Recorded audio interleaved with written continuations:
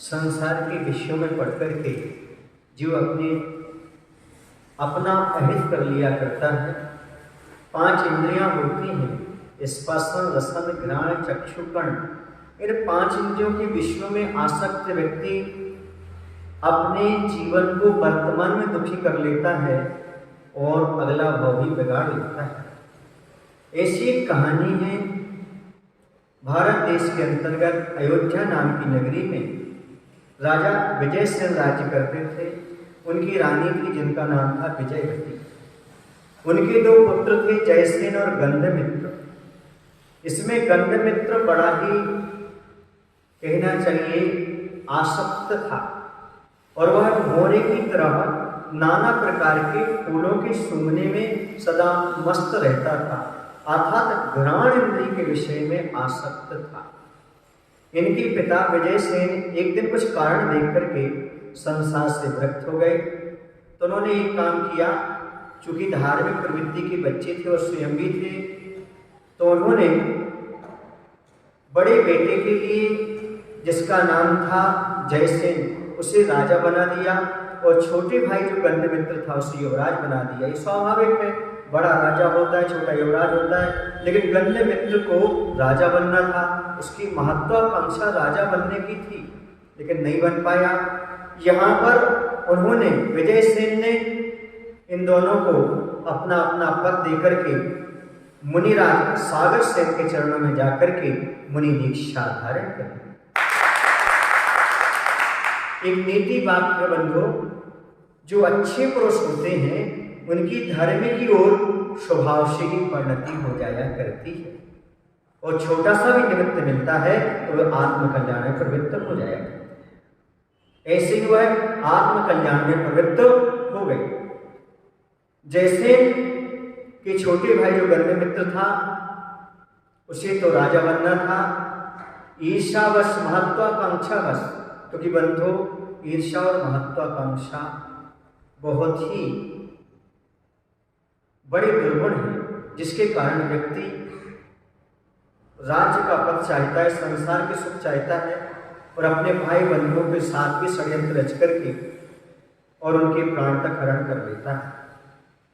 तो उसने, युवराज ने मंत्री को और अन्य सभासदों को पैसे का, धन का, पद का लालच देकर के अपने मिला लिया और एक अवसर पाकर के जयसेन को राज सिंहासन से नीचे उतार दिया।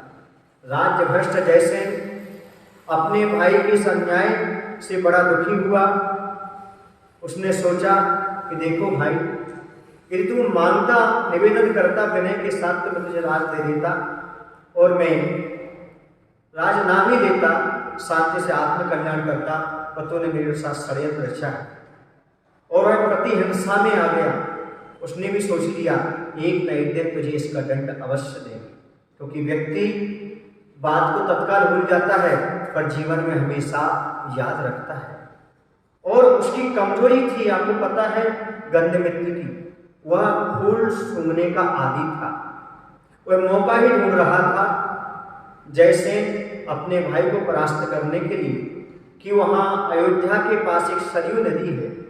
उस सरयू नदी में यह अपनी रानियों के साथ जड़ क्रीड़ा कर रहा था, हंसी मजाक कर रहा था स्नान के साथ साथ। उसने क्या किया, बहुत सारे फूलों को इकट्ठा किया जयसेन ने, और जहाँ से नदी की धारा बह रही थी वहाँ आगे जाकर के उसमें ऐसा जहर मिला दिया फूलों में कि सूंघते ही आदमी के प्राण समाप्त हो जाएं।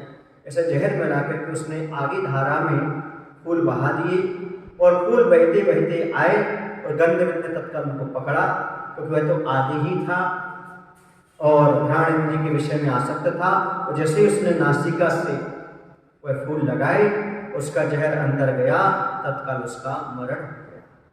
बंधु, जयसेन की जो प्रतिहिंसा थी उसकी भावना पूर्ण हुई। जयसेन तो पुनः राजा गद्दी पर बैठ गया। इस कहानी से 2 शिक्षाएं मिलती हैं। पहली तो ये शिक्षा मिलती है, हमें कभी पद आदि के लालच में किसी पर अन्याय नहीं करना चाहिए और षड्यंत्र नहीं रचना चाहिए। दूसरी शिक्षा मिलती है, हमें अपने जीवन में किसी भी इंद्रिय के वशीभूत नहीं होना चाहिए, चाहे कर्ण इंद्रिय के गाना सुनने रूप हो, चाहे नेत्र इंद्रिय के देखने रूप हो, चाहे रसना इंद्रिय के भोजन संबंधी हो, चाहे स्पर्शन इंद्रिय का हो, और चाहे वह घ्राण इंद्रिय का हो। किसी विषय में आसक्त नहीं होना चाहिए, क्योंकि जो विषय आसक्त हो जाते हैं वो दुर्गति के पात्र। इसलिए अपने जीवन को सात्विक तरीके से जीने का प्रयास करें। बोले महाराज भगवान। आचार्य विद्यासागर जी महाराज।